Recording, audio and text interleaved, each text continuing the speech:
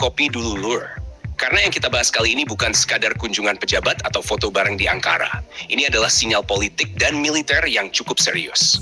Indonesia dan Turki resmi menggelar pertemuan format 2+2, mempertemukan Menteri Luar Negeri dan Menteri Pertahanan dari kedua negara.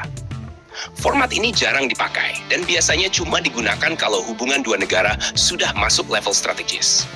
Di Ankara, Menlu RI Sugiono dan Menhan RI Jafriye Şamsudin duduk satu meja dengan Menlu Turki Hakan Fidan dan Menhan Nasional Turki Yaşar Güler. Artinya jelas, Indonesia dan Turki tidak lagi bicara 1-2 proyek, tapi menyelaraskan arah kebijakan luar negeri dan pertahanan secara bersamaan. Kenapa format 2+2 ini penting? Karena disinilah politik dan militer disatukan. Bukan cuma urusan beli senjata, tapi juga bagaimana dua negara membaca ancaman global, konflik regional, dan perubahan peta kekuatan dunia. Turki saat ini bukan negara biasa. Mereka adalah kekuatan militer regional yang industrinya tumbuh sangat cepat. Dari drone Bayraktar, jet tempur Kaan, kapal perang Milgem, sampai rudal dan sistem pertahanan udara buatan sendiri. Indonesia melihat Turki bukan hanya sebagai penjual alutsista, tapi partner industrial dan strategis. Dalam pertemuan ini, salah satu fokus utama adalah kerjasama pertahanan dan industri pertahanan. Ini penting, karena Indonesia sedang mendorong kemandirian alutsista, bukan sekadar impor. Turki punya pengalaman panjang bagaimana keluar dari ketergantungan Barat dan membangun industri militernya sendiri, meski sering kena embargo. Kalau kita tarik garis ke belakang, Indonesia dan Turki sudah lama kerjasama. Dari proyek tank medium Kaplan Harimau, kerjasama roket, amunisi, sampai kemungkinan besar ke depan di sektor udara dan laut. Format 2+2 ini mengisyaratkan bahwa proyek-proyek itu bukan yang terakhir, justru baru tahap awal.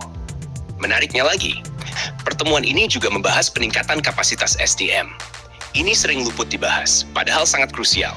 Artinya bukan cuma beli platform, tapi juga transfer ilmu, insinyur, teknisi, perwira, sampai konsep doktrin dan operasi.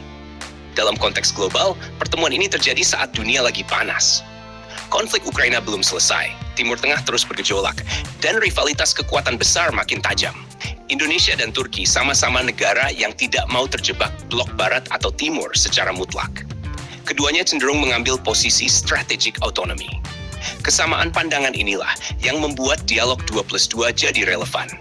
Indonesia butuh mitra yang tidak ribet dengan tekanan politik. Sementara Turki butuh partner besar di Asia Tenggara yang stabil, berpengaruh, dan pasarnya luas. Yang juga penting, pertemuan ini menegaskan bahwa dialog 2+2 akan berkelanjutan, dan pertemuan berikutnya disepakati berlangsung di Jakarta. Ini bukan pertemuan sekali lalu hilang, tapi mekanisme jangka panjang. Kalau kita baca sinyalnya, ke depan bisa saja muncul kerjasama lanjutan jet tempur Kaan, penguatan proyek kapal perang berbasis desain Turki, kolaborasi drone dan sensor, bahkan kemungkinan integrasi sistem senjata Turki di platform TNI. Dan jangan lupa, Turki sangat agresif dalam ekspor alutsista. Tapi mereka juga fleksibel soal produksi bersama. Ini cocok dengan kebutuhan Indonesia yang ingin industri dalam negeri naik kelas, bukan cuma jadi pengguna. Kesimpulannya, Lur, pertemuan 2+2 Indonesia-Turki ini adalah fondasi geopolitik dan militer jangka panjang. Bukan headline sensasional, tapi justru inilah yang menentukan arah kekuatan TNI dan industri pertahanan nasional 10-20 tahun ke depan. Kalau langkah ini konsisten, Indonesia bisa mendapatkan lebih dari sekadar alutsista, kemandirian teknologi, opsi strategis yang lebih luas, dan posisi tawar yang lebih kuat di tengah persaingan global. Dan seperti biasa, Lur, jangan lupa subscribe, like, dan komen di bawah sambil ngopi.